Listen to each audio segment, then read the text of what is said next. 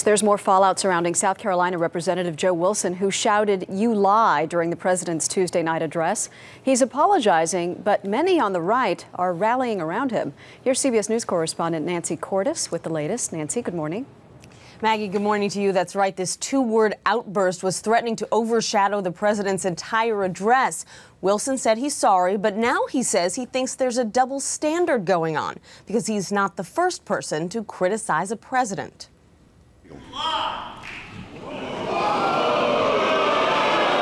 Congressman Joe Wilson's outburst during the president's health care speech Wednesday night was followed by a quick apology.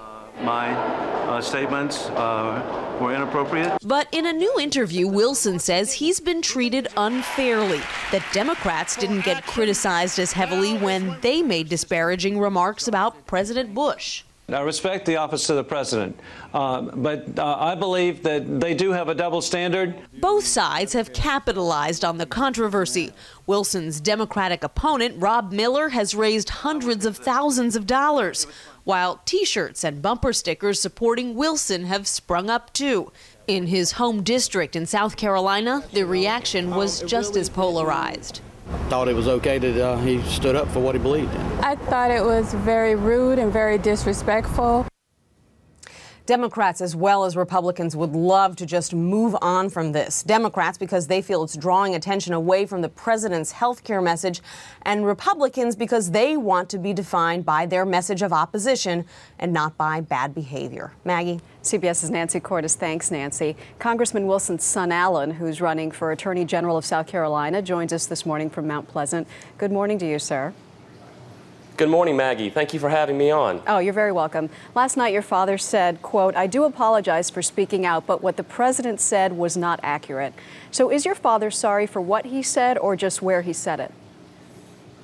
First of all, Maggie, let me say I'm very proud of my father. He apologized, and I'm glad that he did. But what he said was absolutely true, and I'm proud of him for having the courage to tell the truth.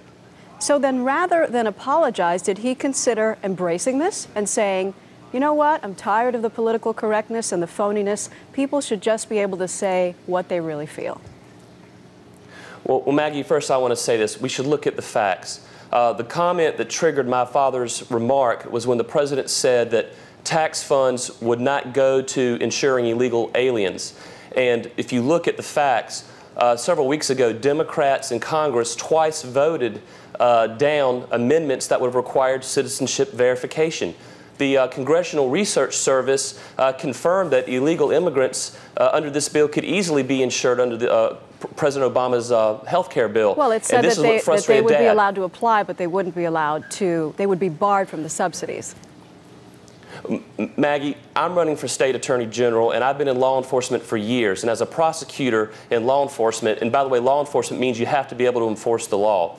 As a prosecutor in law enforcement, if there's no mechanism to enforce a law, then the law is hollow and empty, and it's no good. And that's what frustrated my dad. There is absolutely no way to enforce the law if there's no requirement to verify your citizenship.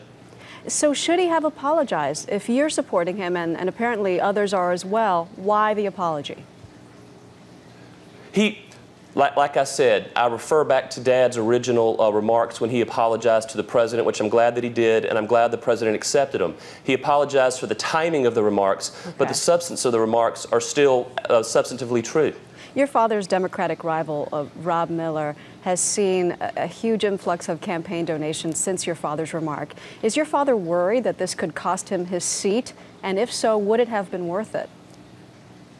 My dad's been in public service for 25 years, and everyone in his district knows that he's passionate about national defense. They know that he's passionate about limited government, lower taxes, and he's passionate about health care reform, and he's passionate about being truthful with the American people. And so I think that's going to resonate very well with the people of the 2nd Congressional District as well as the people of South Carolina. And like I said, Maggie, the debate should not be about his remarks in Congress. The apology's been made and accepted. The debate should be, and the American people and the people listening to my voice right now should ask the question, why did the Democrats vote down the amendment to enforce that clause, the amendment that would require citizenship verification? Why? If it's a harmless amendment, why vote it down? And that's where the focus should be. And now if you can finally just give me a yes or no, have we seen the final apology on this from your father? He's not going to apologize on the House floor? My dad issued an apology. He called the White House. He apologized to Rahm Emanuel, and the president, I understand, has accepted that apology. He apologized one time. He's reiterated that apology from that first time, and I think everyone understands that he was basically voicing the frustration of the American people. I want people to know that my dad is a very reserved man who had raised 4 Eagle Scouts and 4 sons in the military, and he's very patriotic. And this is an aberration. He was very passionate about health care reform, but he's also very passionate about truthfully bringing health care reform to the American people in an honest and open way. All right, Alan Wilson, we have to leave it there. Thanks a lot. Thank you, Maggie. Have a great day. Thank you.